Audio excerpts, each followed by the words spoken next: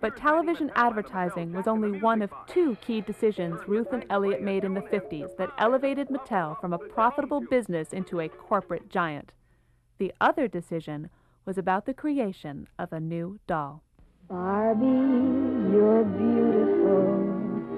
You make me feel my Barbie doll is really real. I had observed my daughter Barbara playing with her friends on the floor by the hour. They would play with adult paper dolls. I tried to convince Elliot that we could make a three-dimensional doll and create such play patterns.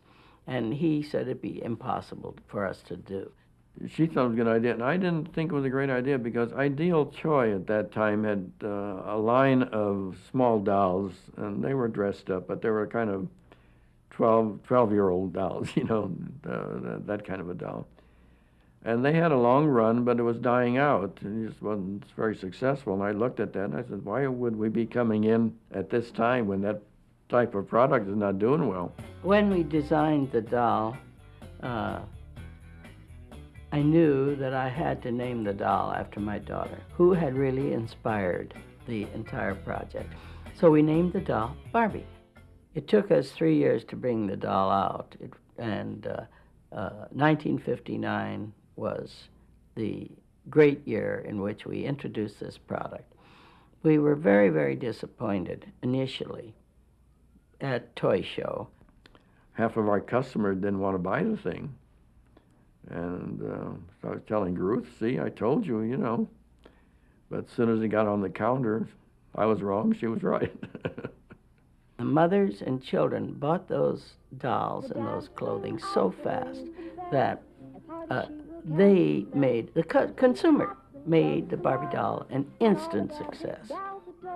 It thrills me to walk into an airport and see a child carrying her Barbie doll, or be in an assemblage of people and have a child playing with her Barbie.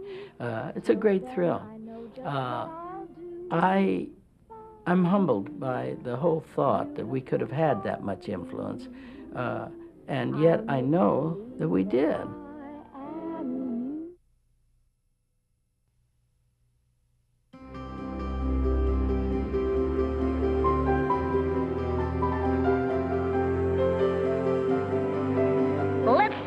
I think it's right about here.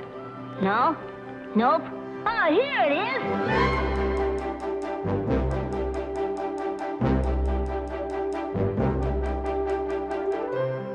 Throughout Mattel's history, innovation in toy design has been evident in the products created. And the historic toys produced during the company's first 30 years serve as a reminder of just how truly creative the people of Mattel have always been, and why today it is the largest toy company in the world.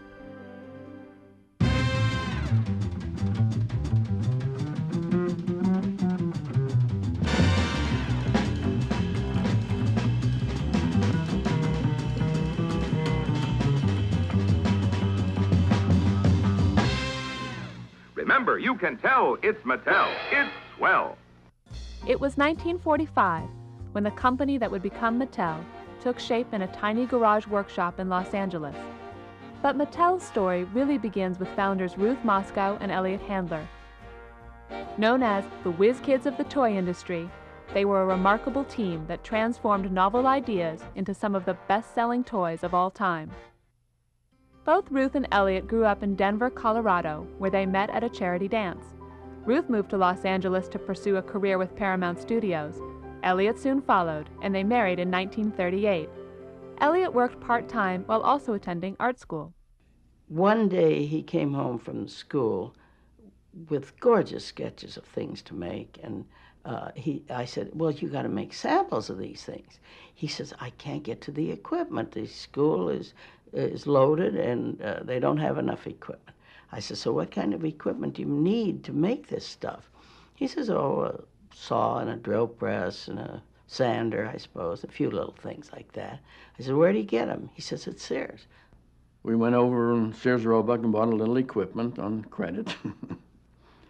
Found a little, and we started working in a garage in our apartment. And then after a short time, I got kicked out of the garage because I was dusting everybody's cars with wood and plastic. So we then went out and rented a little place for $50 for 6 months, a little storefront. And we set up a little shop, and I started making little giftware items in that shop. And one of his designs really took off. It was a hand made out of lucite or plexiglass. And the idea was to put a little water and then put a flower in there and pin it on. And this thing turned out to be a great success. And when he set up his shop making this equipment, he got a fellow named Harold Matson to help him with making ovens and some of the stuff.